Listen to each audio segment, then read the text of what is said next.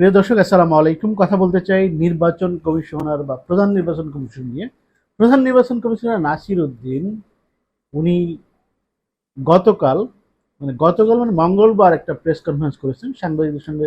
মত বিনিময়কালে তাকে জিজ্ঞেস করা হয়েছিল যে প্রধান উপদেষ্টার সঙ্গে কি কথা হয়েছে। উনি কিন্তু কোশ্চেনটা এড়িয়ে গিয়েছেন বা সুনির্দিষ্টভাবে বলতে পারেননি কি কথা হয়েছে। দেখুন, এই প্রধান নির্বাচন কমিশনার বা এই কমিশনার দিয়ে আসলেই আগামী যে ডক্টর ইউনূস, প্রফেসর ইউনূস যে ভোটটা করতে যাচ্ছেন একদম স্মরণকালের নজিরবিহীন সুষ্ঠু নির্বাচন, সেই নির্বাচন কিন্তু সম্ভব হবে না।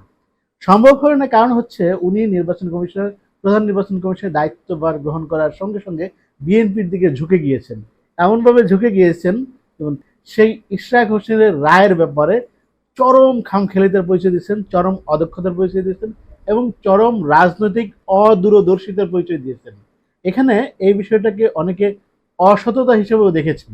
নির্বাচনের মামলাটা ছিল নির্বাচন বাতিলের দাবিতে এবং ওই দিন নির্বাচনের 12টার সময়, ভোটের দিন 12টার সময় তিনি নির্বাচন থেকে সরে দাঁড়ান।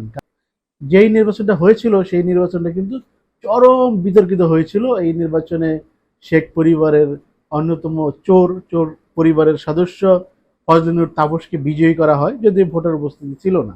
আপনি জানেন ওই সময় নির্বাচনগুলো কিভাবে হয়েছে।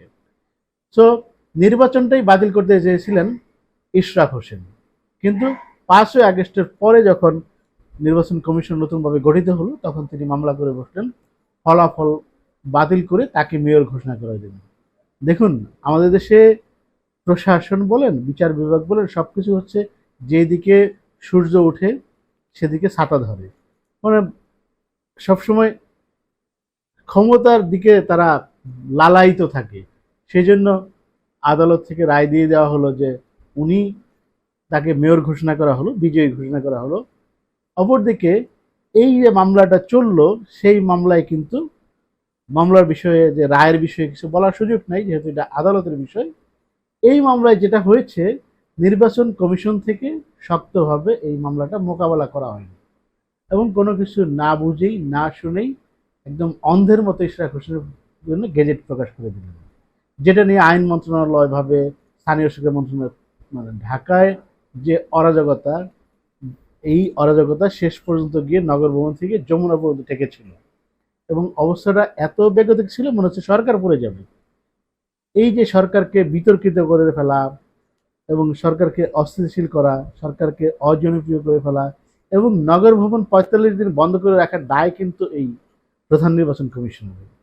তো আমরা ধরে নিতে পারি, দুয়ে দুয়ে চার ধরে নিতে পারি যে হয়তো বা এরকম কোনো কথা হতে পারে যে নির্বাচন কমিশনকে পদত্যাগ করতে বলেছেন ডক্টর ইউনূস সাহেব। এটা হতেই পারে। আবার কিছুদিন আগে সালাউদ্দিন সাহেব কিন্তু বলেছেন, বিএনপি নেতা সালাউদ্দিন সাহেব বলছেন কি কথা হলো নির্বাচন কমিশনের, প্রধান নির্বাচন কমিশনের, সেটা জাতি জানতে চায়।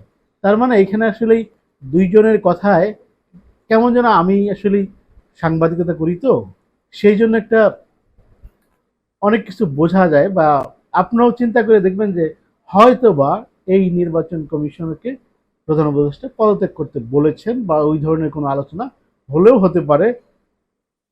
এর মধ্যে আবার যুক্ত করি আরেকটা বিষয় যে আমাদের যে নবগঠিত এনসিপি আছে, আমাদের এই দলটা, আমাদের দেশের এই নতুন দলটা কিন্তু নির্বাচন কমিশনের সামনে কয়েকদিন তারা সমাবেশ করেছে, মিছিল করেছে, তার পদত্যাগ চেয়েছেন এবং ধরেই নেওয়া হচ্ছে এখন মানুষজনও পরিষ্কার যে এই প্রধান নির্বাচন কমিশন দিয়ে আসলে সুষ্ঠু নির্বাচন সম্ভব নয়। ফলে হয়তো বা এরকম হতে পারে, আমরা যদি দেখতে পাই কিছুদিনের মধ্যে, যদি দেখি যে আমাদের প্রধান নির্বাচন কমিশনার নাসির সাহেব পদত্যাগ করে বসেছেন, তাহলে সেটা কিন্তু খুব বেশি ভুল হবে না, ব্যতয় হবে না। আরও কিছু সমস্যা আছে।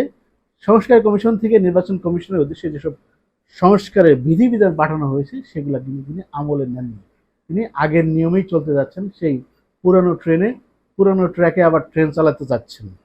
ফলে মোটামুটিভাবে কিছুটা হলেও এই নির্বাচন কমিশনের, প্রধান নির্বাচন কমিশন কিন্তু বিতর্কিত হয়ে গেছেন। তো বিতর্কিত মানুষ দিয়ে আসলে এই সুষ্ঠু, সুন্দর, স্বাভাবিক, গ্রহণযোগ্য নির্বাচনটা হওয়া একটু কঠিন হয়তো না।